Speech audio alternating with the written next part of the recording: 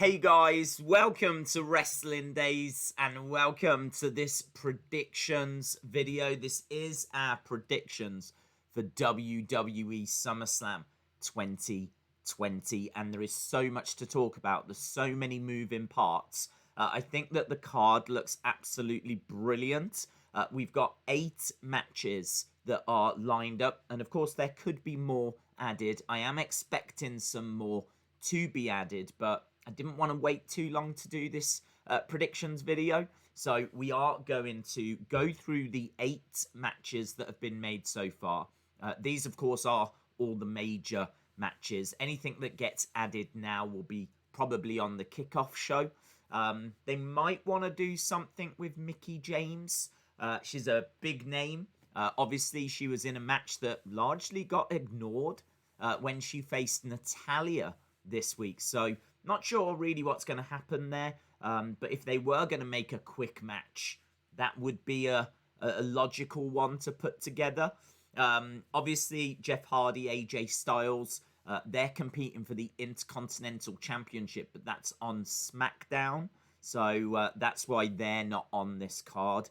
So definitely some names missing from this card. Of course, no Roman Reigns at the moment, no Sami Zayn at the moment. Daniel Bryan, I'm not too sure where Daniel Bryan is at the moment.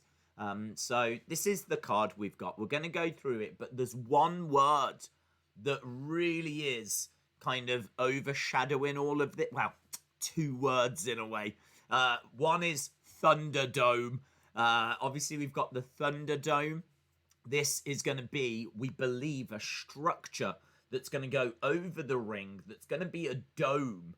And it's going to have like TV screens all on it, LED screens, and that is going to allow WWE to have virtual fans.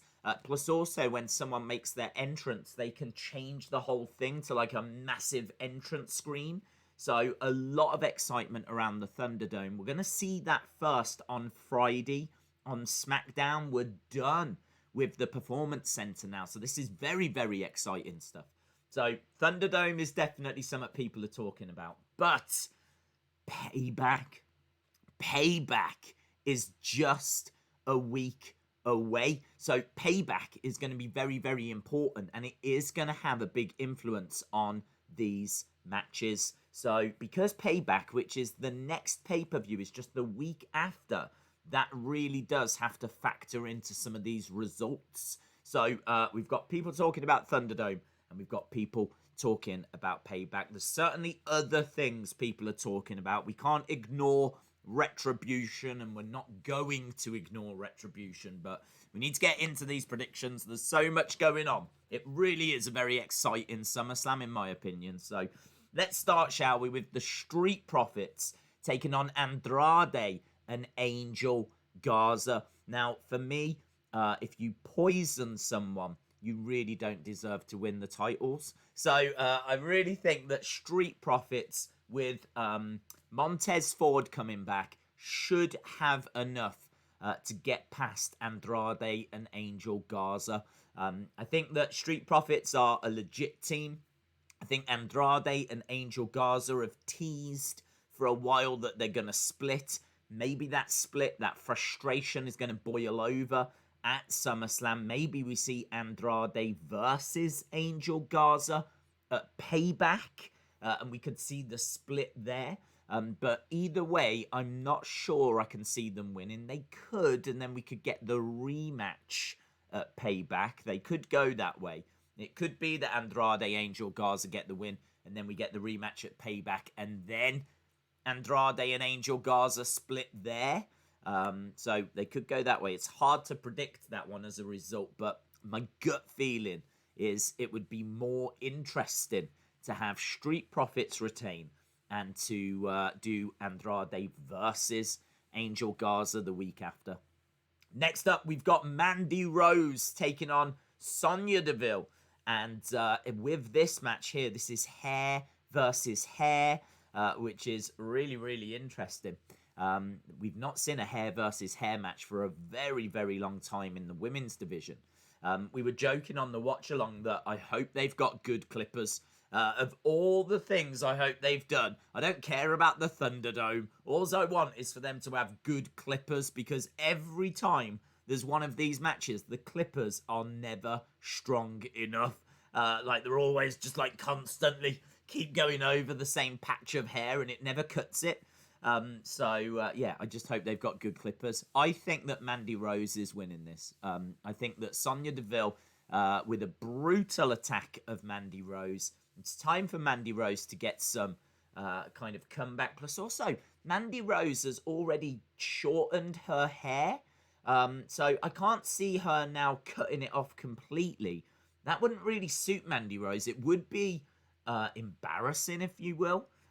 So it'd be really cool if they were to go that way, but I just really don't think they will. I can see Sonya Deville. I mean, Sonya Deville with like a shaved head. She's already like a MMA fighter, and she always kind of carries herself a little bit different. She comes down in suits, and she's kind of not like what you tend to get in the women's division. So her coming down with like a shaved head would kind of make more sense. So I can see Mandy Rose winning for that reason.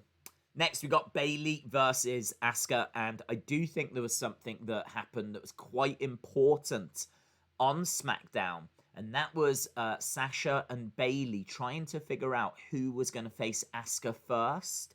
And they didn't really take too long over it. I would have liked that to have been a much bigger argument, because I think that's a really, really big deal. Who faces Aska first? No one wants to face a healthy, fresh Aska. So they had a quick conversation. They both were like, you go first. No, you go first. And in the end, Bayley just kind of went, look, you're my friend, I'll go first. And it was kind of a little bit of a back and forth for like a couple of minutes. Like, I would have liked that to have been really stretched out, and for them to really have been arguing about it, because why would you want to face a fresh Asuka? So I think Bayley loses a belt. I think that was a huge moment. I think that facing Asuka first is a big, big problem, and I can see Bayley losing her championship. Now, I would imagine that match will actually start SummerSlam, and then they will do Asuka Sasha much later in the show. I don't think they're going to be doing them back to back. That's really not fair on Asuka. You've got to give her some kind of a break. So, I could see Bayley versus Asuka opening SummerSlam, and then much later in the night we'll get Sasha versus Asuka, and then I think we'll get a few segments in between, and those few segments are going to be a very upset Bayley, where she's just lost her title. And I think that Sasha will beat Asuka. I think this is now no longer a fresh Asuka. I think it's going to be a very hard match for her to beat Bayley. And I think by the time that she gets to Sasha, she is going to be pretty beaten up. Maybe Bayley's going to be annoyed after the match and she's going to beat up Asuka after the match. We've seen that many, many times. I remember it with Daniel Bryan. Do you remember Daniel Bryan Triple H at WrestleMania 30? Daniel Bryan beat Triple H. That meant that he got into the main event, but Triple H then attacked Daniel Bryan after, trying to reduce his chances of winning later in the night. I can see Bayley doing that with Asuka. Not so much to reduce her chances, just because she's so frustrated. So I think that Bayley loses the title, brings her really good run, actually, with that belt to an end. Sasha, I think, will benefit from not facing Asuka first, and she will retain. And then that is it. I mean, now you add Bayley Dosh straps, but it's not Bayley Dosh straps anymore, and she's going to have to stand there with Sasha, who is Sasha 2 belts still, and there's going to be jealousy, and we really could now start to explore the split between these two, because it's got to be coming. It's got to be coming. So, very, very interesting stuff. I know a lot of people are saying that Asuka could win both and then bring the belts together. The only thing I would say is I've not seen any news, any rumours, any suggestion that WWE are even looking to go in that direction where there's just going to be one women's title. Haven't seen that reported anywhere. So as cool as that would be, because I do think it would be more prestigious to have just the one belt. The fact of the matter is, because I've not seen it reported, I don't feel great about it, if I'm being honest. I really don't think that we are looking at a case where they're going to do that. So I think it's more likely that we go the way that we just said. Next up, we've got Dominic versus Seth Rollins. Dominic is not a superstar that's got any experience that's going to or should be able to beat Seth Rollins. Of course, Ray is going to be in Dominic's corner, and he could be the X Factor, if you will. Could I see Dominic with Ray's help winning? Yes. Could I see Samoa Joe getting involved? Well, no, because he should have got involved already for me. Even if it meant that he lost his job, it didn't paint him in a great light, him just sitting there. And I know on Raw, he came out and said, look, there's nothing I can do. You know, I'm an announcer, I'm a commentator, I can't be getting physically involved. But, man, did you see what they did to Dominic? I don't understand how he was able to sit there regardless of whether it cost him his job or not. So, I'm not sure that painted him in a great light, but equally, surely he can't get involved here. He's already made his position very, very clear. So I'm not expecting any Samoa Joe involvement. We could have Ray involvement. We will surely get Murphy involvement. I don't think Dominic should win, if I'm being honest. I think Seth should win. I don't think that Dominic, that's got no experience when it comes to WWE, yeah, he's fired up because of what happened to his dad. And he's going to give it a good go. And I should imagine, you know, the build to this has kind of shown us that there's every chance this is going to be brutal. This is going to be brutal. I really believe that. I really think that they're really going to go to town on each other. What I don't understand is surely Dominic is already sore and bruised just from the build. Like, how do they go further? I'm not expecting someone's eye to get ripped out, but I am expecting this to... There's no point doing a street fight if you're not going to have, you know what I mean, trash cans, vicious chair shots and tables and, you know, everything getting involved. So this could really, really be quite brutal. But at the end of the day, I think that Seth is going to be the winner. And I think he should be the winner. He's one of the biggest names that they've got. And I'm not sure him losing to Dominic is a great look here. So I would have Seth go over. 3 matches left. So we've got Apollo versus MVP. I've kind of changed my mind on this next one quite a bit because I really do feel that, like, Hurt Business need to be kept strong. They're on the show every single week. So why would you want to have them lose? I can't get my head around why you would go that way. So my first initial draft, I did have MVP as winning. But I've thought about it, and there's quite a few options and things that they can do going forward. If Apollo wins, you know, you could have Apollo win here and then Apollo faces Bobby Lashley at Payback, or they could do a rematch at Payback. But does anyone really care about this match? I think of all the matches on this card, this might be the one I care about the least. It's either this or the tag team match.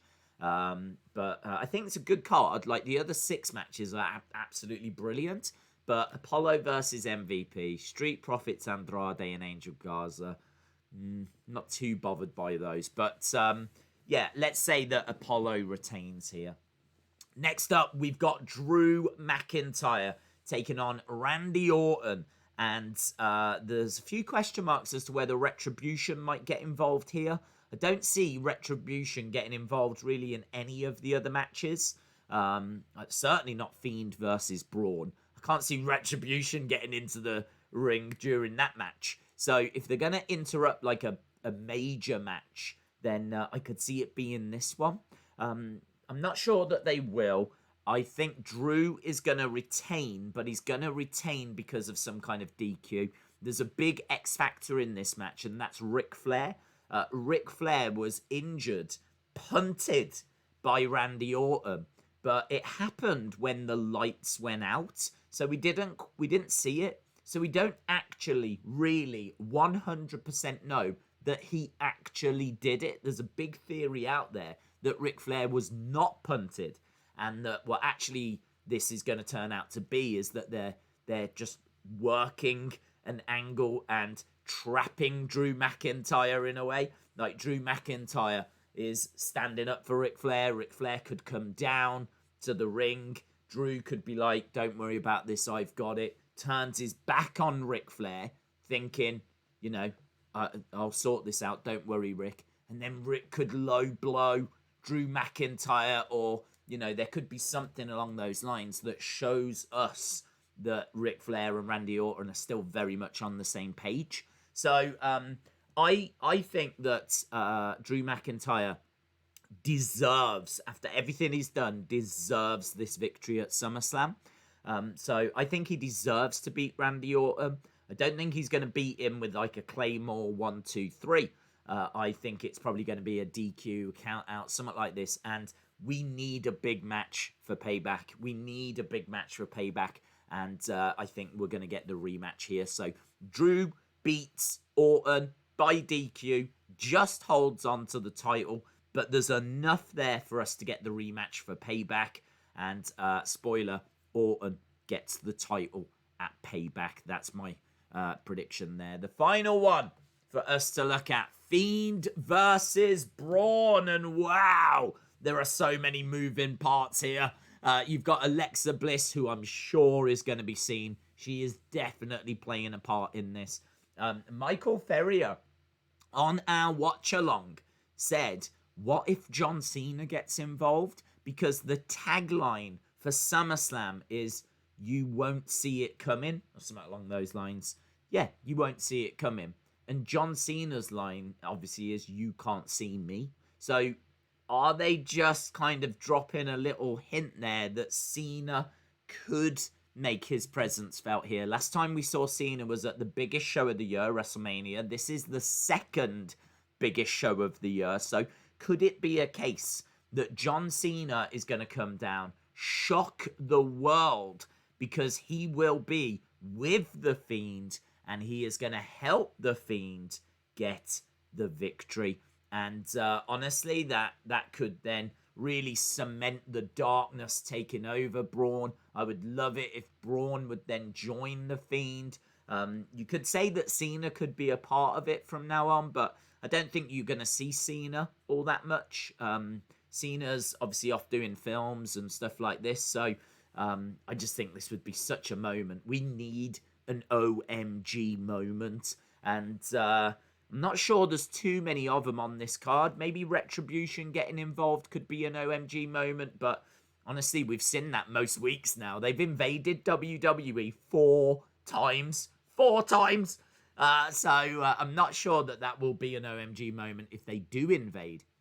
But Cena coming down and helping the Fiend, that would be huge. And we really do need to have it kind of shown to us, if you will, that what Cena went through at WrestleMania mattered. That has to matter. That ordeal, that Firefly Funhouse match that he went through, it's got to mean something.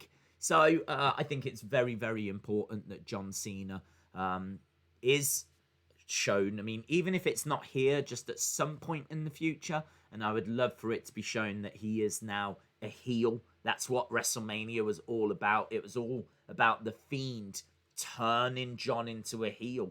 And I think that would be very, very cool if he would help the Fiend. As we said, I think Alexa gets involved. At the end of this match, Fiend with the title, shaking Braun's hand. And maybe Fiend, Alexa, Braun just all turn to the camera. And you can just tell that they are now a united force. Wow. Wow. How about that for an ending? How about that for an ending? I would love it. Like, could you imagine if, like, they shook hands and there was all this understanding and then just, like, seemingly as one, they all just turn their heads at the same time? It would be immense. Sometimes it is just the little things that have the most impact, and that would be a huge impact. So, yeah, people might say, like, it would be overbooking to have Cena involved and Alexa involved, maybe Retribution early in the night. Maybe they don't pull all of those triggers. But this is a big, big show. This is the second biggest show of the year. if you think about the fact that they pulled out Rey Mysterio's eye for Extreme Rules, well, you know what I mean? They're going to need to step up the ante here, and they've certainly already done that with the Amway Center. We're not in the Performance Center, we're in the Amway Center. It's where the Orlando Magic play. We've got the Thunderdome. We've got a great card.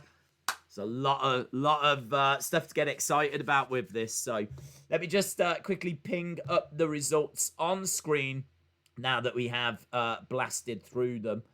So you can see Street Profits, Mandy Rose, Aska, Sasha, Seth, Apollo, Drew, and the Fiend, Bray, Wyatt. Those are my predictions. Those are my thoughts. Those are the reasons why I've given you those thoughts. Those are some of the twists and turns that I think could occur on this show. But man, this is definitely one not to miss. It's taking place this Sunday. We are doing the watch along live stream for it as well. So if you are going to be leaving us at this point, now that the predictions are done, thank you very much for watching. I really do appreciate the support. Hopefully we see you this Sunday for SummerSlam. For those that are going to be sticking around for the live stream chat part of this, I am going to jump into the chat in a second. But for those leaving, thanks a lot for watching. And hopefully see you again next time. Bye for now. To those of you that are still in the chat, let me jump in and get your thoughts. Boom. Robin. Oh, hang on. Let me take this down. Days, did you hear about Bray's big entrance? I didn't. Code Orange. Yeah, I did hear about Code Orange. I don't know if they were still doing it or whether it's been cancelled or whatever. I heard rumours that they were going to be playing, but I haven't heard 100% they are going to be playing, if that makes sense. So that's cool if they're going to be there. Wrestling Fanatic, shout out to you, dude. Anna Dawes says, I would love a heel Cena run. Yeah, I agree. I really do think that it's... I really do think that that's something they should do. It's something the fans have asked for a long, long time. I think if they could just get Cena, even if it's only for the big shows. I mean, do you remember like when The Rock came back around WrestleMania 28, 29, and he had those matches with John? He did a few other matches as well. He was at like Survivor Series. He took the title off CM Punk at Royal Rumble. He wasn't like working tons of dates, but it was enough to tell a story. And I really feel like they just need that with Cena. Could you imagine if Cena broke Ric Flair's record but did it as a heel? I really feel like there's definitely something there to explore. There's definitely something there to explore. I'd be totally down for Cena versus The Fiend at WrestleMania. They could do that for the title. Put the title on The Fiend. Keep it on The Fiend. Have Cena as a heel. And, just build them up. And then they could have a match. You could do Fiend versus Cena again. I know it's a rematch of last year, but I'm not sure we classed last year as a match. Plus, now it would be a heel Cena. And hopefully The Rock versus Roman. I mean, what a WrestleMania that would be if they could make that work. Gamer A, shout out to you. A football commentator says Drew Randy is going to main event, so I'm not sure that The Fiend will end the show. Well, I wouldn't really be taking too many tips from football commentators.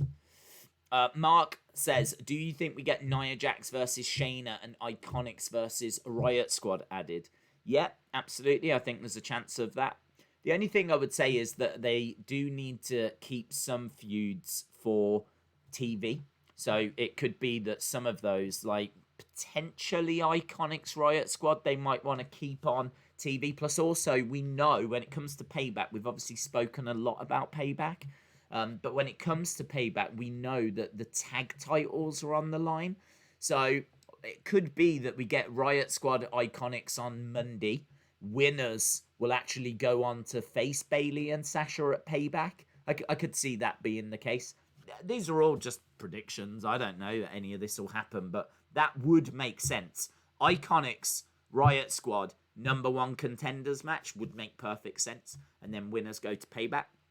So, yeah, they could even do that on the kickoff show. They could have that #1 contenders match on the kickoff show. So, yeah, good shout. I think they will definitely explore those feuds. Do you think this match Bray Wyatt, Bobby Lashley will happen. I don't think so. I can't see any reason why they would go that way. To be honest, they're on different brands. There's not really any history between Bray Wyatt, Bobby Lashley. I'm sure you could find something. I'm sure you could find a moment where they were, on screen at the same time, or a comment that's been made, or you can easily find some connection. But no, I think there's definitely other things for the Fiend to focus on, and the top of that list has got to be Randy Orton.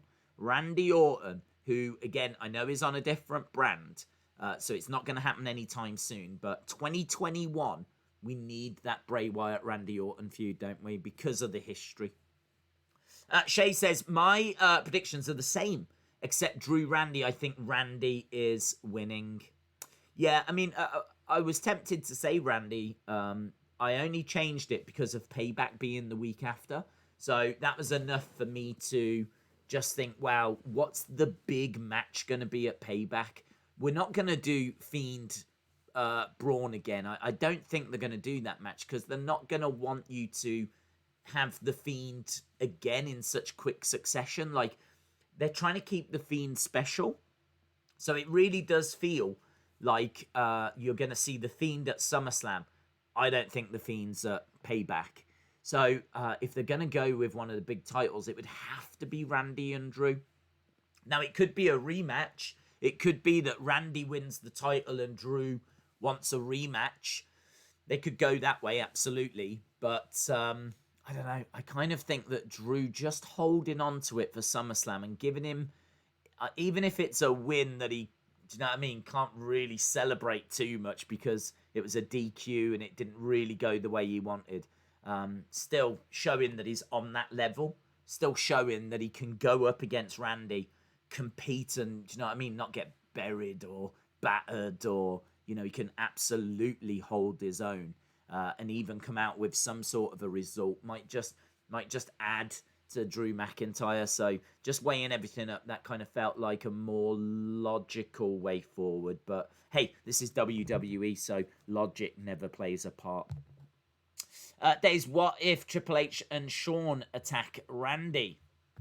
I'm not sure. I don't think that Shawn's going to get back into the ring. I don't think Triple H. I think Triple H has got so much on his plate with NXT.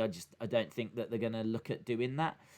I think you would only attack Randy if you was going to build up to a match, and I can't see a match there. I can't see Triple H getting in the ring. I can't see Shawn getting in the ring. So I would say not for me. Not for me. Lesnar could return and cost the Fiend the match. The latest rumours on Lesnar was that he was planned for SummerSlam, but they've kind of pulled the plug on it because they only have so many Lesnar appearances contracted every year, and they don't really want to waste one on a show where there's no crowd. When you've got Lesnar, you really want it to have a crowd. Now, I know it's got a virtual crowd, but I don't know. Could they bring him in for a little appearance? Maybe. The one thing I didn't speak about, just talking about like unexpected appearances, the one thing I didn't speak about was Otis. And I gotta be honest, I don't see him cashing in and winning a title. I really don't. With Payback the week after, could he tease something? Yeah, he could tease something. But I think Otis is a non-factor here. I really do. I think they've done an awful job with Otis since he won Money in the Bank. They had to use him in a feud, build him up, but make him still that lovable guy, There was a lot of affection for Otis. He was always fun, and like everyone wanted to see him get the girl, and he did get the girl at WrestleMania, and that was a nice moment, and it was cool, and everyone was into it.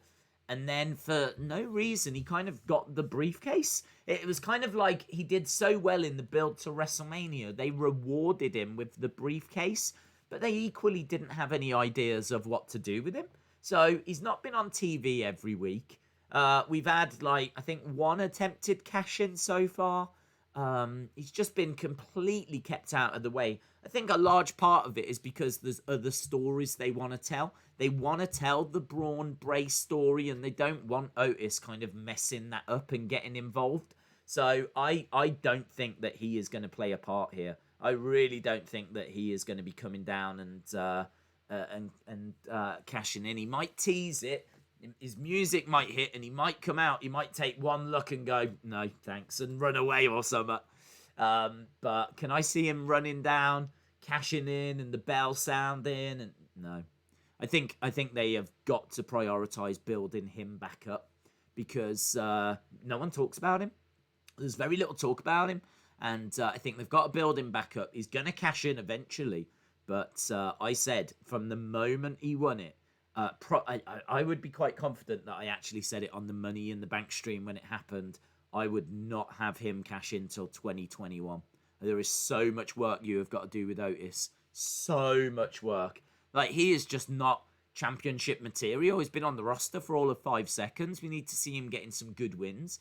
We need to see him being put in some situations, you know. I don't know if they thought they had another Daniel Bryan on their hands, but it's just not, it's absolutely not gone that way. It's not gone that way. Even if they don't enter the Thunderdome or get a spot, can we still watch SummerSlam? Of course you can still watch SummerSlam. It's funny that Adam Cole was main event in the last takeover, defeating Ciampa, and now he's having a match against Pat. I don't want Otis as champion anytime soon, says Wrestling Days fan. Creed, shout out to you. Yeah, I did think about people sending in super chats because I couldn't actually see the chat. It wasn't on screen. So shout out to Creed. Shout out to William. It doesn't tell me at the top of the chat. I can't see any donation things, but shout out to Creed and shout out to William. It doesn't surprise me that William has pinged in a donation. Such a generous person. But Creed, thank you very much as well. So shout out to you guys. Thank you very much. Are there any other returns expected? I'm not sure that there's really any returns that are expected. I'm not seeing loads of talk about people. Cena is a completely out there. Just, do you know what I mean? I really liked what Michael said, as I said earlier, about the you'll never see it coming. I mean, you'll never see it coming. Definitely does hint at something. They said at Backlash we were going to have the greatest wrestling match ever, and well, they did run it pretty close, in all fairness. They did give us a fantastic wrestling match, one of the best wrestling matches of the year. It's up to you whether you class it as a wrestling match or you class it as a cinematic match. But, yeah, I really feel like you'll never see it coming. There's got to have something connected to it. So I've gone with Cena. It could be something like Lars Sullivan, because Lars Sullivan is rumoured to be joining the Firefly Funhouse. Lars Sullivan could come down and help the Fiend, but that is such an out there prediction. That is so unlikely. Even though I have seen a report on it. I've seen a report that Lars Sullivan is coming back, and rumours are they're looking at putting him with Bray. In fact, as I'm sitting here, I wonder if I can even find the report and I'd be able to tell you. Lars Sullivan return. Let's have a look. Lars Sullivan training return. Possible update. Oh, hello. 5 hours ago. Here we go, from Sportskeeda. Lars Sullivan was out with a knee injury in 2019. It's been over a year since we've seen him. Lars Sullivan returned in a few hours. Videos emerged of Lars Sullivan. Since the revelation, many fans have been speculating whether Lars is training to return in the ring. So lots of training stuff. There's been no vignettes. It'll be interesting to see how WWE book Lars. It must be noted that Lars is still listed on the Smackdown roster. And that's all that Sportskeeda are saying. And that was 5 hours ago. Now, I have seen... I'm not sure I'll be able to find it right now as I'm sitting here, but I have seen rumours, reports that WWE are looking to bring him into the Funhouse. Now, I think it's so out there that I didn't feel like I wanted to even put it in the predictions video that we just did. So, but yeah, you want to talk about what returns there could be. I think that's on the agenda. He's coming. Either way, he is coming back soon. He's training, and there's videos and images out there. If Lars does get with the Fiend, I will cry. I will be so mad. Dolph Ziggler should have been champion a decade ago, says David. Guarantee that this will be the least watched SummerSlam ever. I don't know. I don't know how you're going to measure that, to be honest, because obviously back in the day you used to have pay-per-views, and now it's all done on the network. So the network is 1.6 million, I think I've got it. So we won't know how many people have tuned in because WWE don't have to release that information. They can just come out with things like the most social SummerSlam ever and stuff like this, you know. So I don't know there'll be a way of us actually knowing. But all I can say is I think they've done a really good job with the card. And I think the Thunderdome in particular, it's so weird. Why did they not just do one Smackdown from the Performance Center? Why didn't they just do this last Smackdown from the Performance Center? There's so much interest in the Thunderdome. It seems very strange. You're going to show everyone on Friday. Friday's Smackdown is going to be huge. Everyone wants to see what this Thunderdome is. Like, it's the talk of the town. So I think they've done a really good job with that. I think that will get people tuning in. I think the card is very decent as well. Maybe it lacks like a big OMG. I think I said, like, someone asked me on the watch along the other day, how excited are you? I was like, I'm about a 9 out of 10. For me to be 10 out of 10, I need an Undertaker Sting. I need a big match. Like, Fiend versus Braun is decent, but we have seen Bray Braun quite a few times. McIntyre Orton, you could build that up as being the big match if you wanted, but for me, Drew's title run has been okay, but nothing really more than that. It's not his fault. He's not had great opponents. We've obviously had the pandemic, which has also limited things. You know, maybe the plan was we were going to get Roman versus Drew, or who knows what they would have done. But it hasn't played out that way. So, it's just missing that big match. So I will agree with that. Hulk Hogan versus New Day, says Percy. Shout out, says Ben's Creations 123. Shout out to you. Chalmers says, I'm at about a 7 out of 10 at the moment. Days, are there any big free agents out there or mid-card free agents that you could push to a main event status? That's what I would focus on for the won't see it coming. Only CM Punk. There's no big names because everyone's tied into contracts. I mean, you've got Okada, but Okada's not... I don't think Okada's a big enough name that he's going to really excite the casual fans. AJ Styles was good name because he'd obviously done a lot of work with Impact, so a lot of the American audience was already familiar with him. And then he went over to Japan and just added to his legacy. So AJ was perfectly fine, but Okada hasn't really done anything in America. He did do a little bit of stuff with Impact, but I don't know that he wrestled under the Okada name. And it was so long ago, and he was so low down the card, he was irrelevant. So if Okada came... it won't be Okada. I don't even know why I keep saying the name. I'm trying to think of big names that are not in WWE that they could go and try and buy. And it won't be not like Okada, or Naito has said he doesn't want to go anyway. Switchblade Jay White is someone that they've got an eye on in New Japan, but apparently they've had an eye on him for a little while, but he's not a big enough name. He could even potentially go to NXT first. I mean, they did it with Nakamura, so they could do it with Switchblade Jay White. I just don't know that he's a big enough name to the casual fans. So I think we have to kind of cut Japan out of it. There's no one coming from AEW. Forget that. So AEW are out of the equation. I'll tell you one name. London Askew, shout out to you. I'll tell you one thing that's going in my head, right? And I don't believe that this is what's happening. But if this is what's happening, I will love it. I will absolutely love it, right? Bruce Pritchard criticised Nick Aldis, okay? He went on his podcast and he criticised Nick Aldis. He said that Nick Aldis doesn't have it. That's what he said, okay? Nick Aldis got very upset about this because, fun fact, he definitely does have it. He's a great NWA champion right now. Used to be in Impact. Married to Mickie James, right? So, and as we said, one of the longest reigning NWA champions.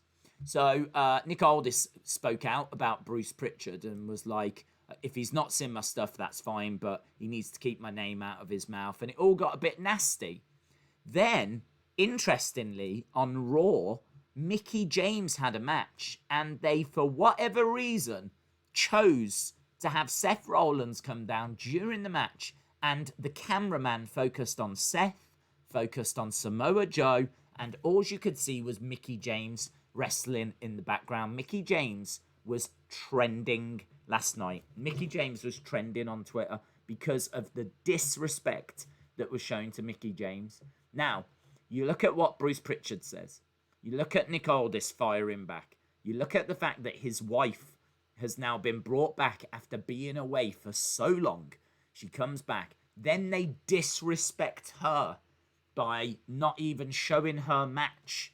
Right? She took to Twitter last night and said, there's so many things that I could say right now, but I feel like the WWE Universe is saying them for me because she was trending and people were outraged, right?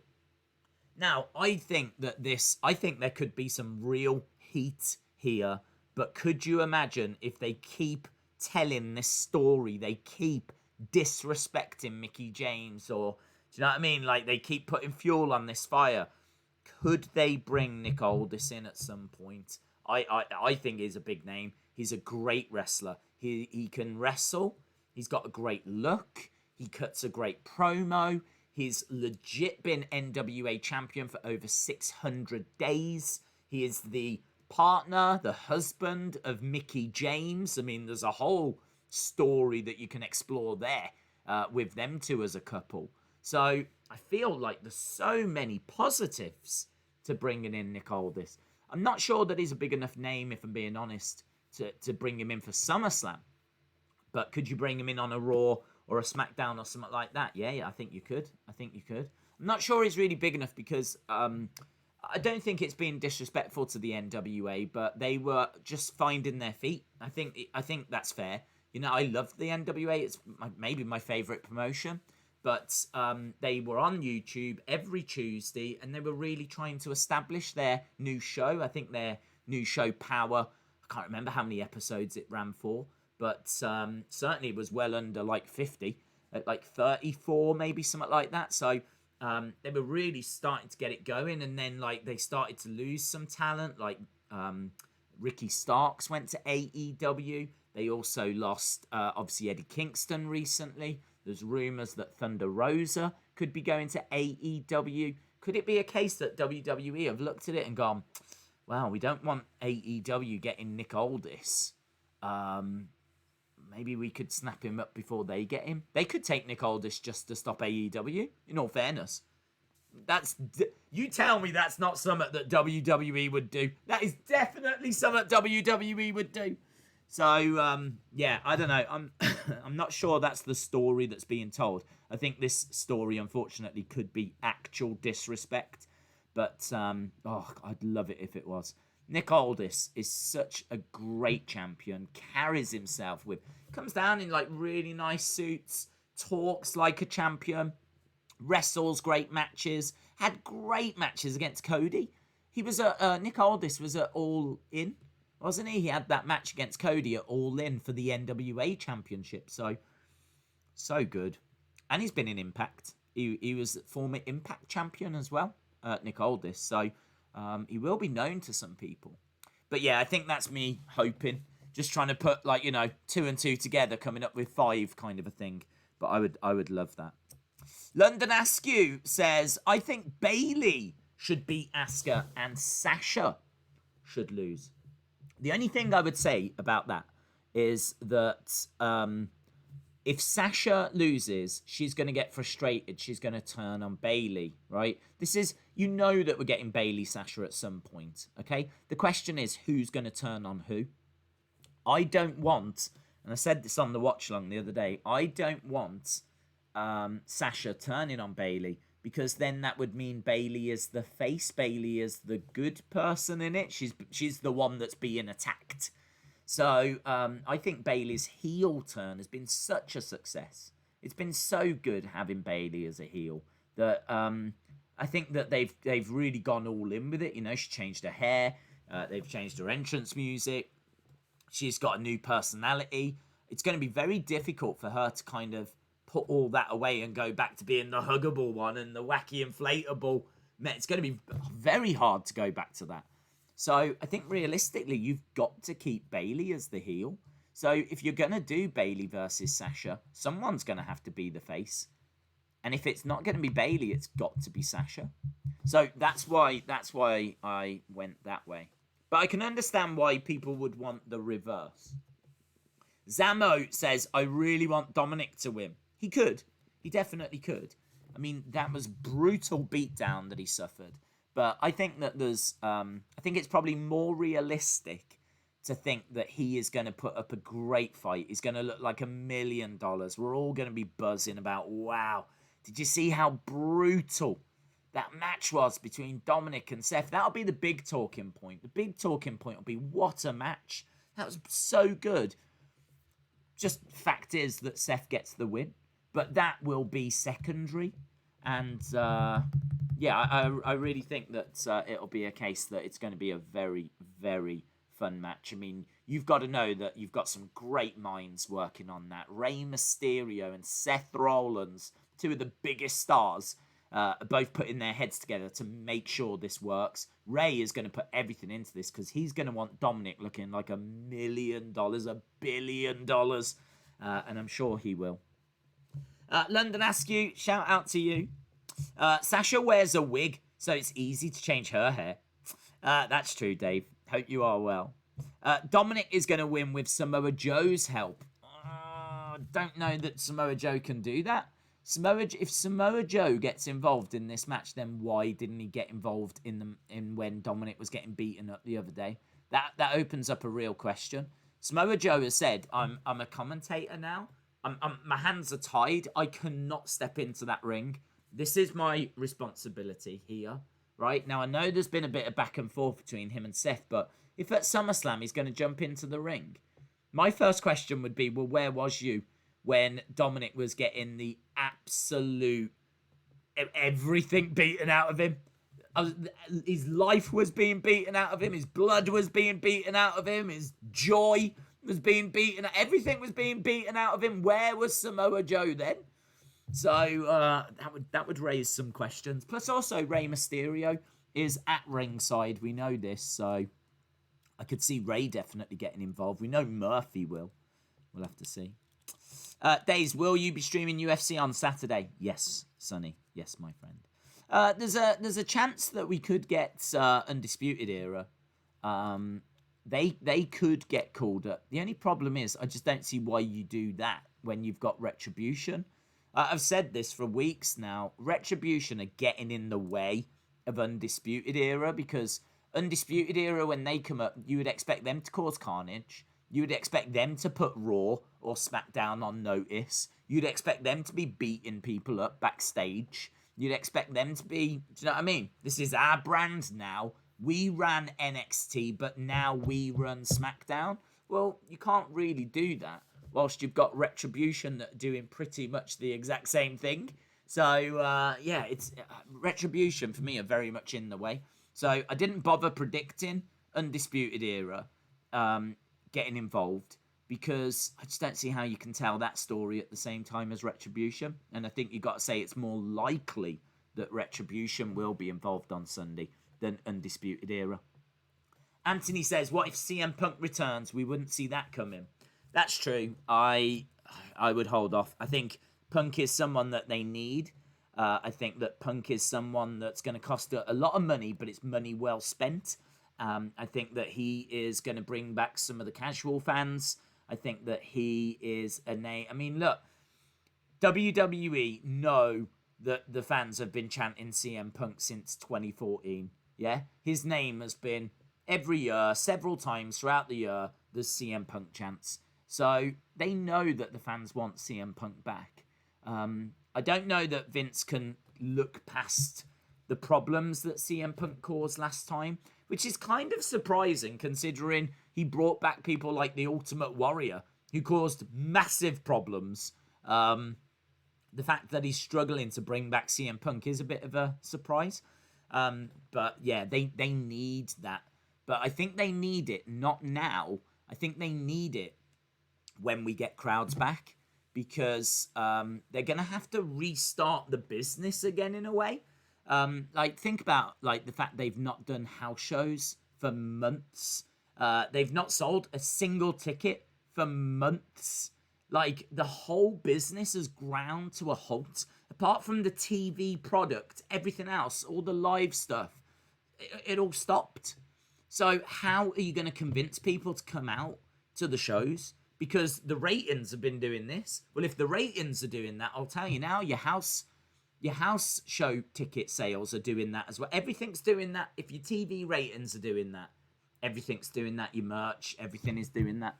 So they've got to reinvigorate the company. They've got to reinvigorate the company. There needs to be an absolute explosion that just wakes everyone up. They are setting off a few little explosions right now. We've got Retribution. They've moved to the Amway Center. We've got the Thunderdome. You know, Alexa Bliss getting involved with the Fiend and Braun. You know, Dominic getting involved. You know, there's definitely some stuff happening. Definitely some stuff happening. If you joined us for the watch along for Raw yesterday, wow, what a show.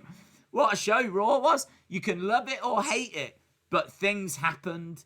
Things happened, and you can't say that every week for WWE. The things happening are normally just a dull match that we don't care about, but like, there was loads that went down on Raw. So I feel like CM Punk is needed. I think that he's the big explosion that's going to, really wake everyone up and hopefully kickstart, house shows again, and them going back around, touring around, taking Raw, Smackdown on the road, maybe build into, WrestleMania. But I don't think they need him till 2021, if I'm being honest. Certainly they don't need him till crowds are back. And I can't see crowds coming back till November, December, maybe even later than that. So, can I see CM Punk for SummerSlam? No. Would I love it? Yeah, I'd love it. But I can't see it. London Askew says, what if Bayley and Sasha both retain? Well, if Bayley and Sasha both retain, we know that at Payback they're defending the tag titles. So they could lose the tag titles, but we wouldn't really be any closer to them splitting, would we? Like, they'd both have belts. They'd just both have belts. And I don't know. I feel like then we would just carry on with Shayna would probably get an opportunity. Maybe Naomi would get an opportunity. And then maybe we start telling some different stories. Maybe we start moving away from Asuka. But then I'm not sure how Asuka fits into the picture. I kind of feel like that's the more kind of depressing outcome if they both retain, to be honest. I don't see them facing each other title versus title. Although, saying that, they could, I suppose, at Survivor Series, champion versus champion, do it that way. But that's not what we want, is it? We want them to hate each other. We want jealousy involved. We don't want them facing each other because they have to face each other. We want them facing each other because they want to face each other. So, Days Goldberg is signed. Yeah, I did see this. Goldberg apparently has got 2 years left, and he's contracted for 4 more matches. So I could see Goldberg having a match at WrestleMania then. I don't know why they've given him this contract. Literally, no one cares. I don't like Goldberg. I've got no time for him. I just don't care. I just don't care about Goldberg. He does more harm than good. Goldberg does. So, yeah, really disappointed to hear that news, to be honest. I was never a WCW fan. I never watched him in WCW. My only interactions with Goldberg really have been watching him in WWE. Of course, I've gone back and watched his WCW stuff, but it's not the same, is it? Going back and watching it doesn't... I already know about Goldberg. I know what they did to put him over. It was clever. It worked. But he's not someone that I care about. So, yeah, that's disappointing. I don't see him getting involved here. Shout out to Harry. Hope you are well. Eric says, Days, if they turn Bayley face, it doesn't mean she's got to go back to the hugger character. The only way I see Drew winning is by Edge interfering or some legend helping. Yeah, you're right. She doesn't have to go back to the hugger character. I just think that this heel run has been such a success that it's not so much me not wanting her to go back to the hugger thing. It's more me not wanting her to stop being a heel.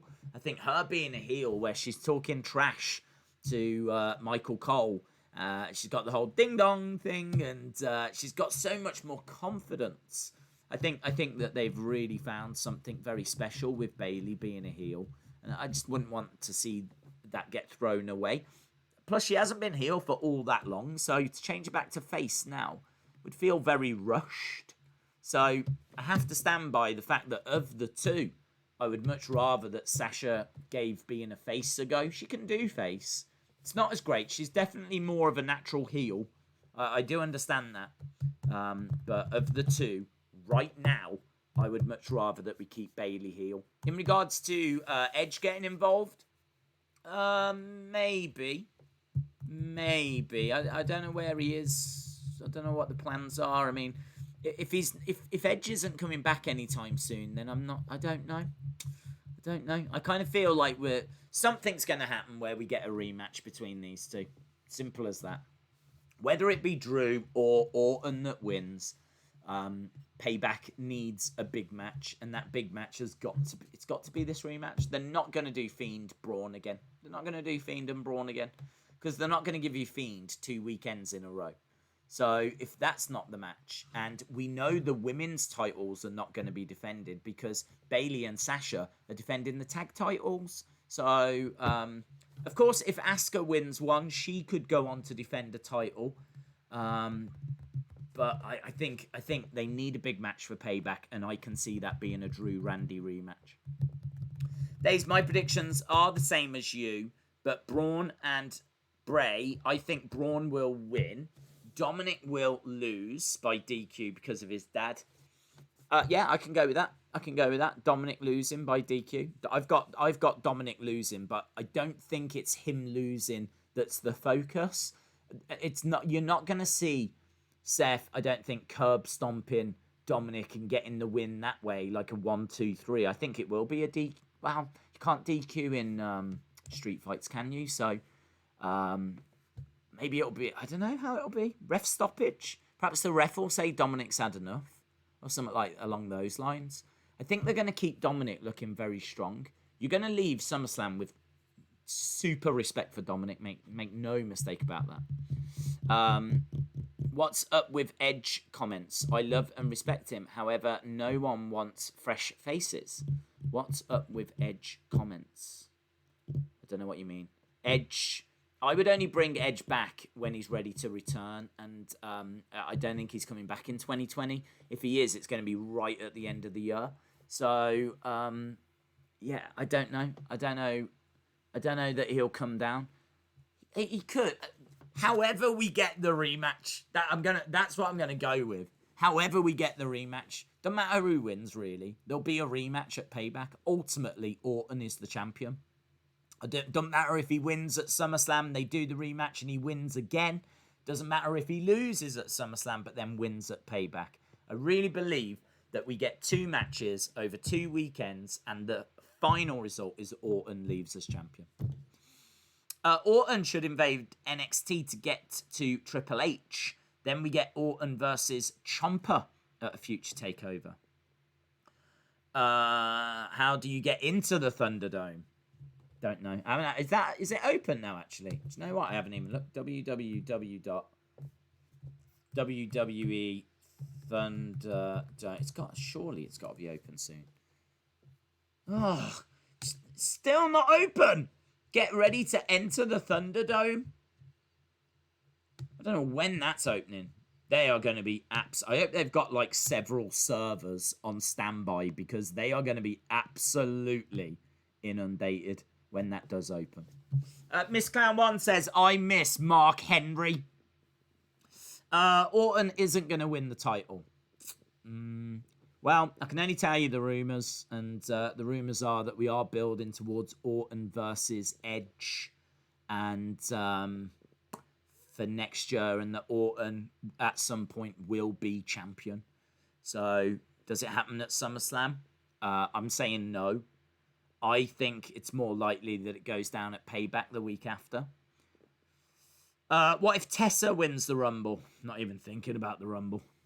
Austin says, I'm going to invade the Thunderdome. Do you think Edge will win the Rumble next year? I think there's a very good chance, yes. Days the Raw the night after could be good. I think whoever loses the Women's Championship will turn on the other, because Bayley will lose the SmackDown Women's Championship and Bayley will turn on Sasha. But Sasha turns and then they lose the tag championships, says JS17. Days, will we get Abyss versus Fiend, asks Robin. No. I don't think they've got any interest in bringing the Abyss character in. Obviously, we have seen Joseph Parks now, and I think he's awesome. He is with AJ. They've put him with AJ. And I think they're looking at just keeping him like that. Thatcher versus Balor should happen at TakeOver. Could do. What if the Hacker returns? Could do. I thought it opened last night, but I couldn't get through. I thought it was only 1,000 fans. Well, I've heard that they are going to... So, from Kevin Dunn, I've read that they are going to have it so that there's quite a few rows. I don't know that it's going to look like an actual full arena would, but there's going to be quite a few rows. And I've heard that if someone gets up to go to the toilet, they'll instantly replace them. There's not going to be empty seats or anything like this. You do see empty seats when it comes to like the NBA. I don't know if you've noticed, but on the NBA screens, they haven't got that many seats available. And you do see empty ones, which I can't figure out. But apparently WWE there's going to be people on standby and whatever. So you're going to have a load of people sat down, but then there'll be people that will be on standby that can be brought in. And I think there's going to be quite a bit of rotation. So they could end up using quite a few people. Which is cool. Days, have you watched any of the indie shows? No, I haven't had a chance, no.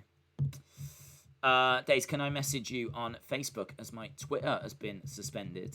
You can, but I'm not sure when I'll get a chance to get to it, if I'm being honest, bud. Because straight after this, which I need to finish this in a sec, I've got to start setting up for Wrestling Escape Pod. Do you watch AEW Dark? I don't. Few more minutes then, because getting your thoughts through, and then we will call it a day on this prediction stream. I did want to just fire across my thoughts on the show. Obviously, we did that in the first 15-20 minutes.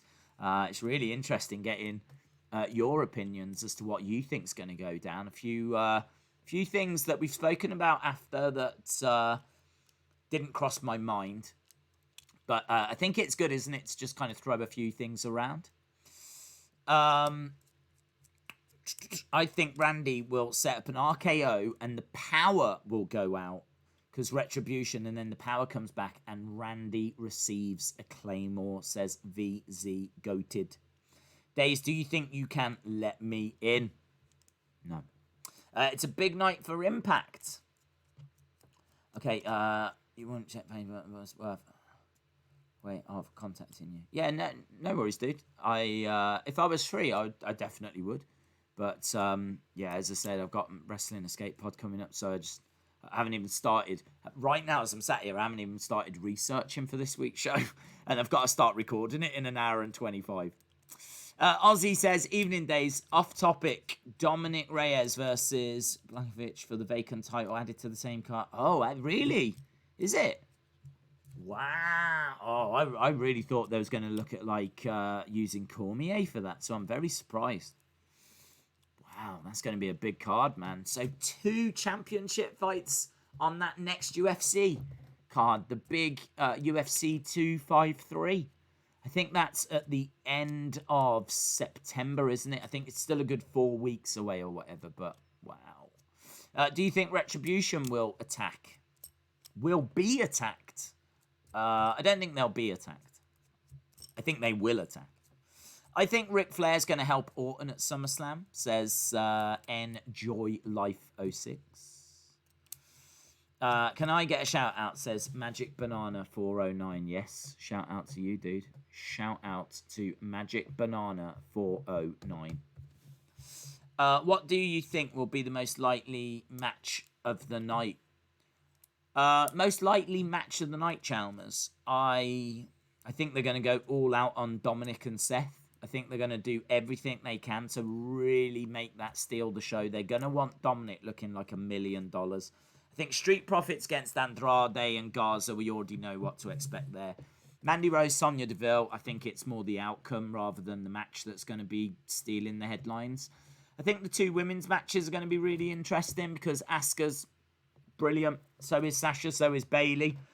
We've seen those matches. We know what to expect. They never disappoint. It's hard to say which one's going to be better than the other. So definitely keeping an eye on those. They've got potential. I don't think Orton and McIntyre will steal the show.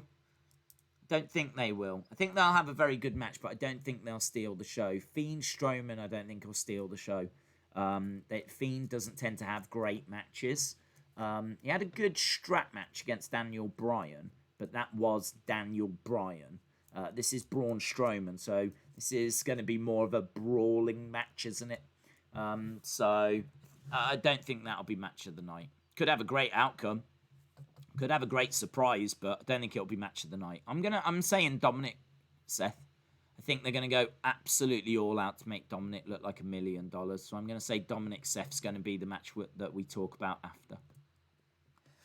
Moda says, could we get a Legends kid or a current Superstars kid making an impact at SummerSlam like Davey Smith Jr.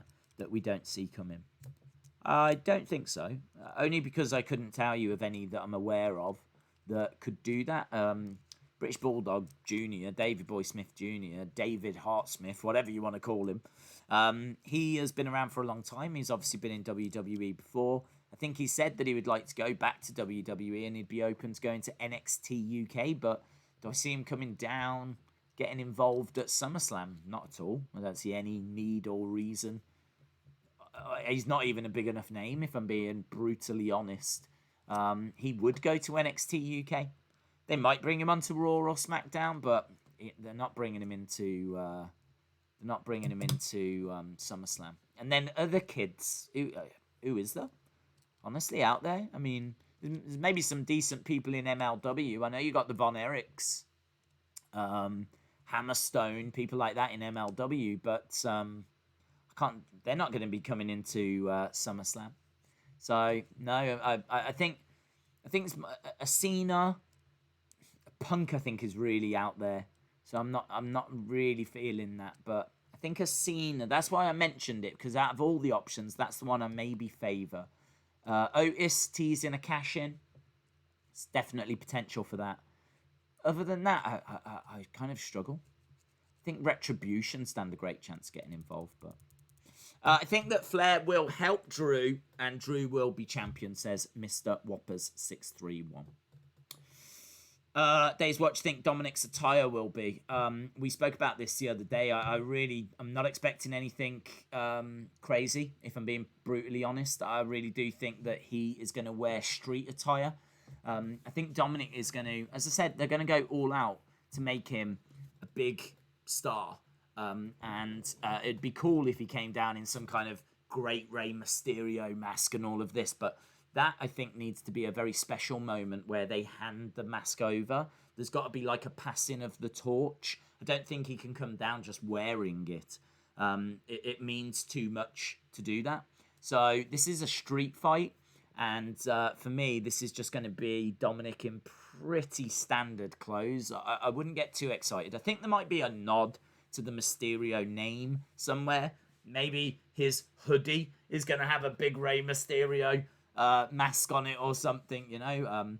I'm not expecting anything out there or anything that special, if I'm being honest, because I think the special stuff is so special. There has to be a moment where he's given the mask. Do you know what I mean? Ultimately, I mean, the rumors are that Dominik Mysterio has actually got the Prince Mysterio name. This is something that was trademarked a long time ago, Prince Mysterio. So there's a lot of people that are expecting him to ultimately become Prince Mysterio. I don't think he becomes Prince Mysterio till he gets given the mask and he puts the mask on. And do you know what I mean? I think it's going to be like a proper Goosebumps moment. It's going to be awesome. So, I'm sorry to be a bit of a downer, but I'm not expecting it to be a case where he's going to have like crazy ring attire or anything like that. Chalmers says, don't cover Dominic's great face. Days, is Bray Wyatt versus Braun Strowman heel versus heel? It's hard to tell, isn't it? I mean, Braun's been a face, and he's definitely kind of started to turn, and it seems like he's started to embrace his darkness. There's a few rumours and a few theories that Braun Strowman is actually still a face. He is only seemingly saying those things about Alexa and attacking Alexa because he wants Fiend to think that he doesn't care about Alexa. If the Fiend for 1 second thought that Braun had feelings for Alexa, he would destroy Alexa. He would beat up. We've already seen the Fiend mandible claw Alexa Bliss, right? So he could keep doing that. He could go further. Sister Abigail's and all this kind of stuff. So Braun has looked at it and decided the safest thing to do is the best way to keep Alexa safe is to convince the Fiend that he's not interested. He's not interested in Alexa Bliss. And so that way Alexa Bliss is saved, if you will. So I like that theory. I really do. We spoke about it earlier. I really, really like the idea of having the Fiend, Strowman, and Alexa all in the ring at the end of the match, all staring at the camera and showing that unity. I think that is such an exciting group because you've got the leader in Bray, you've got the muscles and the size of Braun, and you've then got a female as well in Alexa Bliss. They can go after the tag titles. You can have Bray and Braun going after the tag belts. They can go after mid-card championship, have Braun go after the Intercontinental belt. So Bray can have the Universal. Braun could go after the mid-card. So they can do that. And they can go after the Women's Championship as well, because they've got Alexa Bliss. So ultimately, I'd love for us to get to that point. I don't know that it's going to go there, but I think that'd be a very, very exciting way forward. Anonymous J, shout out to you, my friend. Enjoy Life 06 says, Days, do you think that Aleister Black versus Brock Lesnar or Shinsuke versus Brock would be good matches? Oh, definitely. We've seen Shinsuke versus Brock. That's happened in New Japan. Shinsuke famously said that after that match, he went backstage and burst into tears. He lost all respect for Brock Lesnar. Brock Lesnar doesn't care about wrestling and the art of storytelling, the art of wrestling. Shinsuke wanted to have this great match, very similar to what Dean Ambrose has said. Dean Ambrose had all of these ideas for his WrestleMania match, and they never came to fruition. It never paid off for him. He wanted to do all these crazy things, and Brock was like, no, I'm just going to take you to Suplex City. And that was pretty much it. So, same with Shinsuke. Shinsuke faced Brock in New Japan. And I think it was over the title at, was it a Wrestle Kingdom? And, Brock just didn't want to know. And Shinsuke says in his book, he went backstage, just burst into tears. Because, that's not what he wanted. And he was so down about, where wrestling was and what was happening with New Japan. And the fact that someone was now champion that just didn't care. And it's very interesting. So, the matches, I think Aleister Brock, Shinsuke Brock have potential to be good, but only if Brock allows them to be good. What's the background pictures? What background pictures? The SummerSlam logo. It's just the SummerSlam logo. Dave's favourite wrestler that's... What's your favourite wrestler stuck in Europe? That's a great question. First name that comes to mind is Pete Dunne. I think Pete Dunne's amazing. Big star in the future. I think he is legit. I think he's got such support from the crowd. He has such great matches. Don't know how he'd do on Raw or SmackDown, but he's perfect for NXT UK. Perfect for NXT. And again, not sure how he does on Raw or SmackDown. Problem is, they tend to water them down and make him a little bit silly, don't they? Whereas Pete Dunne is, do you know what I mean? He's the bruiserweight. So yeah, I love Pete Dunne. And Volta as well. I mean, who doesn't love Volta? What a champion. So both of those. Do you think DX are going to come out and attack Randy Orton? No, I don't. I don't see what the end game is, because you can't. Randy Orton attack Shawn because he's the legend killer, so it makes sense. But it doesn't make sense for Shawn and Triple H to attack Randy back, because where are we heading? We're not going to have DX having a match. Shawn's not having another match. Triple H isn't coming back. He's got so much on his plate with NXT, so no, I don't think DX get involved. Shout out to Christian. Hope you are well. Austin316 says the Fiend versus Braun at SummerSlam will be a better match than both Undertaker, Shawn Michaels. I would have to disagree. Days WWE have signed Colby Corino and Brandy Lauren. Have they? I know they used them. Colby was on Raw Underground, and Brandy Lauren has been used a few times. Brandy Lauren, who I think was Avery in Evolve, she is someone that I believe was in Retribution. I think they used her in Retribution. Everyone said it was Vanessa Bourne. I think that it was Brandy Lauren. Could be wrong. But they've both got curly hair. And everyone looked at it and went, that's Vanessa Bourne. Because that was the only person that they knew that had curly hair. But she's got curly hair as well. I don't know that they're signed unless it is breaking news and it's been confirmed. But I did see that they had started using them on Raw Underground, which is cool. But yeah, they might only have them like on a short contract or something. Brandy Lauren might be different though, because when they bought Evolve, they might have got her contract. So she might be different. Colby Corino, I'm not sure, was under an Evolve contract. I don't want to get all technical, but you know. Shout out to Chelsea123. Did you have a full Nelson this morning? A full Lashley this morning? Oh, 2. I had 2. Wonderful. Zelina Vega, Poison, Montez Ford. Yes. Speaking of Avery Taylor will be on MPW, which is Thunder Rosa's promotion. Boom, there we go. That looks like it's going to be a fun show, that. And big rumours that Thunder Rosa could be going to AEW. Big rumours about that. What if every time Bray hits Sister Abigail, it affects Alexa? That's interesting. That's very interesting. Days, you should always ask a woman what she eats for breakfast. That way, when your friends ask, you know, and walk off, leaving them with scenes. I don't even understand that sentence. I want Kelly to get a contract again. Is she... yeah. I was trying to think if she was under a Legends deal, and I don't think she is.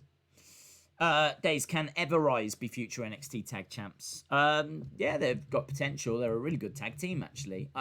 They're not really catching on because they're just being used as jobbers. I think they're just kind of getting introduced every once in a while. They use them a bit on 205 Live, but as an actual tag team, they're pretty good. They're all right, you know. So, yeah, if they invest in them. Eva Marie has re-signed and Tessa has signed in a parallel universe. I bet Samoa Joe knows what's going to happen. He seems to have all the inside information. He does. You're absolutely right. He does. He does. Well, he is their HR department, isn't he? So there we go. Lightning Bolt says, I feel like Randy didn't get a good impact on the punt kick on Shawn because he knew that Drew McIntyre was coming. A little bit strange that Shawn was able to get up after that punt kick, wasn't it? It was a bit weird. But, yeah, it's still, like, cool moment. Do you think Pete Dunne versus Daniel Bryan is a good match? I think that's a great match. I think that both would love to have that match. I don't think Alexa will become Sister Abigail, but I think Alexa will have some signs and effects that Sister Abigail had. I don't want her to be Sister Abigail. I've got no interest in her becoming Sister Abigail. I just think that it'd be really cool if she actually joined up with Bray and joined up with Braun. If it's going to be a case that, you know, as we said, at the end of that match, like, he can be fighting Braun. Braun loses the title. Fiend gets back that championship. And then, you know, Braun's got a decision, hasn't he, at that point? Is he going to attack the Fiend and keep this thing going? Or is he finally going to succumb and submit to the Fiend? Is he finally going to accept that, you know, he can't quite get past the Fiend? He can beat Braun, but wow, this new powerful being, the Fiend, it's too powerful. So that would be very interesting when Braun has got to make that decision. And I just think if he decides to stick with the Fiend, that will be awesome. And what is Alexa at that point going to go, okay, well, it's good you've got this sorted, so I'll see you later, yeah? Okay. No, surely she's part of this now. She's sticking around. Surely she's part of this. I don't need her to be Sister Abigail, but I really like the idea that, you know, she's now part of this somehow Stockholm syndrome or something like that, you know.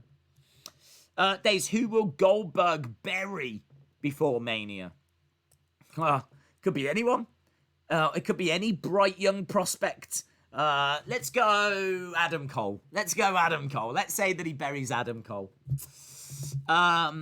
I like Alexa, but she needs to take acting classes because those promos that she did on SmackDown were a bit cringe, says Eric.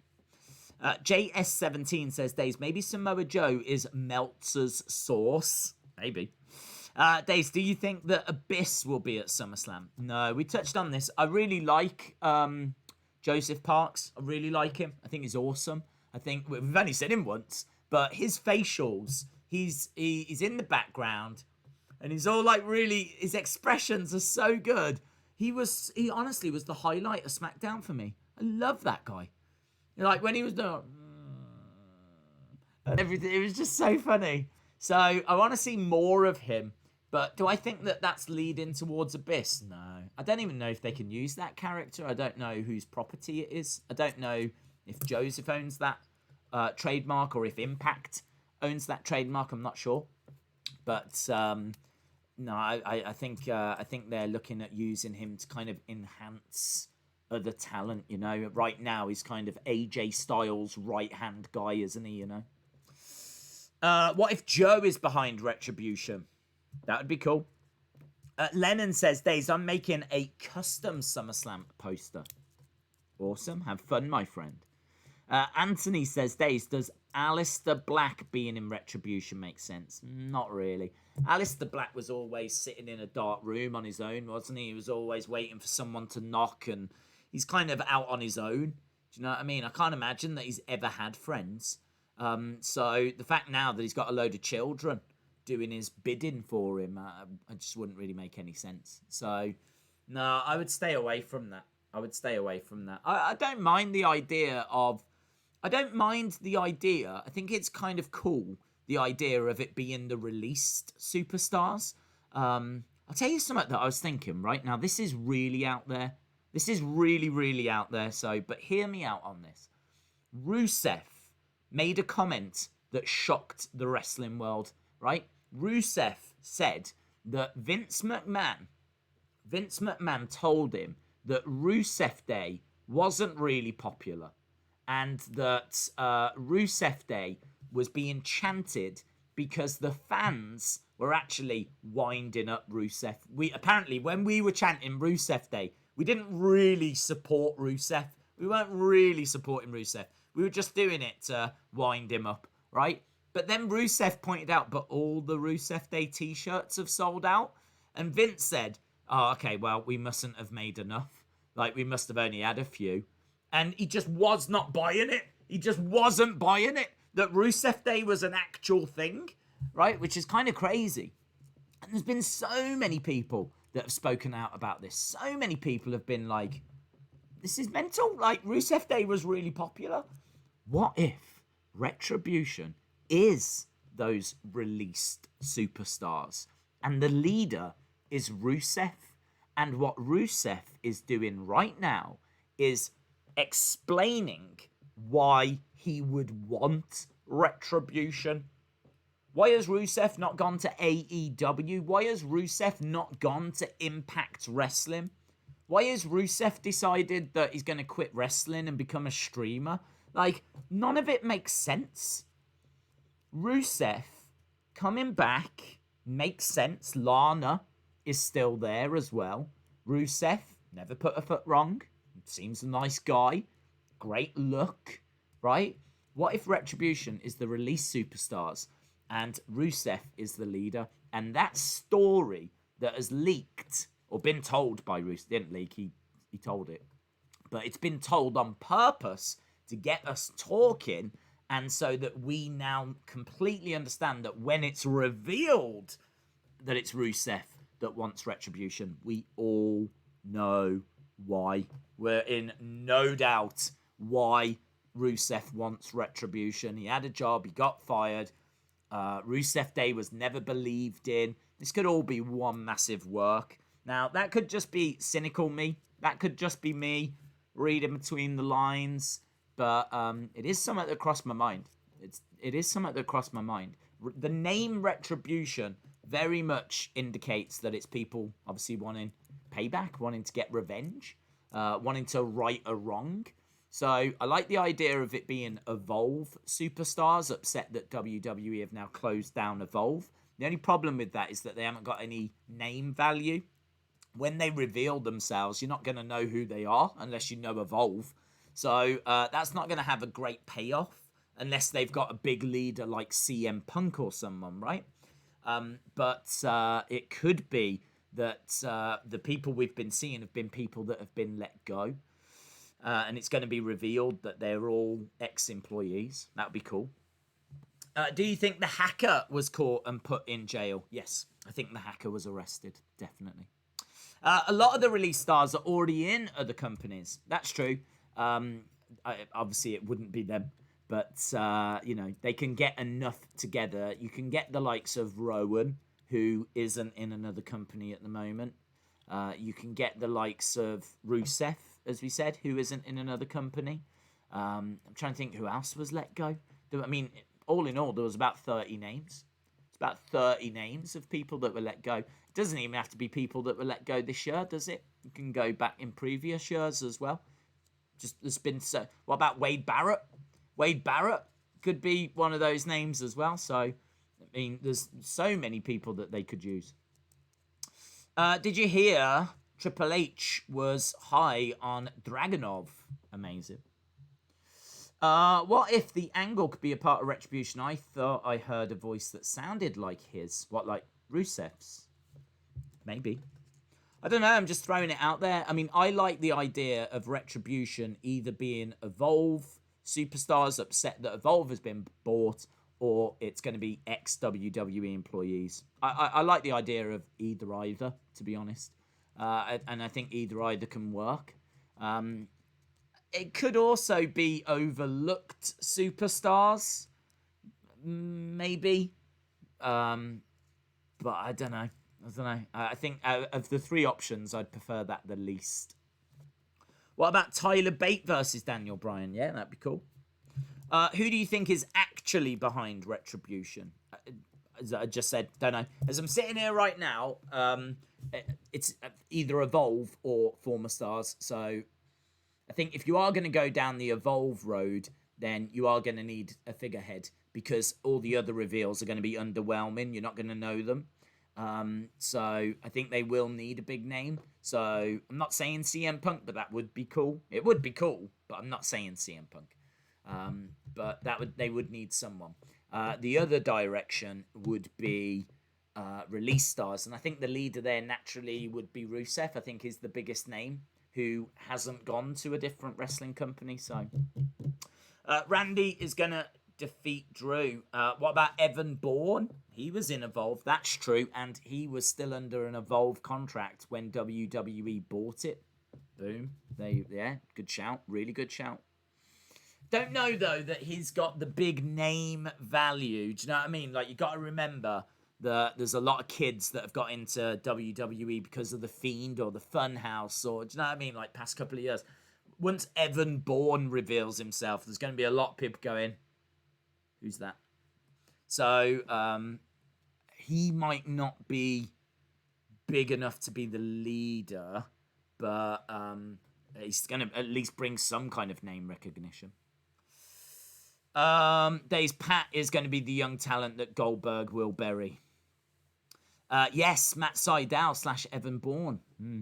Hey, look, we're done anyway. I want to thank everyone for joining us because this was a really big predictions video. I wanted to get it out there. There was so much to talk about. We've ended up just doing an hour and a half on this subject. So, man, we've really covered a lot. We've spoken about the Thunderdome. We've spoken about Retribution. We've spoken about John Cena potentially coming back. We've spoken about the predictions. We've gone through all the matches. We've gone through what matches might appear that haven't even been announced yet. We've spoke about Payback. We've spoke about so much stuff. But, man, yeah, this was really, really enjoyable. So I want to thank everyone that has joined us. Don't forget that we are streaming this Sunday. I mean, we're back tomorrow for NXT. And what's great about tomorrow, no AEW, right? So we just can focus on one show, which is going to be nice. We'll probably do a retro watch along on Thursday. Smackdown from the Amway Center on Friday. So we're going to see the Thunderdome for the first time. Then we've got UFC and boxing. And then, of course, on Sunday, do not miss SummerSlam. We are going to have so much fun with that show because I'm expecting absolute madness. I mean, if nothing else, Mandy Rose, Sonya Deville, someone's getting shaved their head. So, do you know what I mean? That is going to be worth watching. So, yes, lots to talk about. Lots going on in the world of wrestling. I want to thank all of you for joining us. I hope you enjoyed this video. And hopefully I'll see you again next time. Bye for now.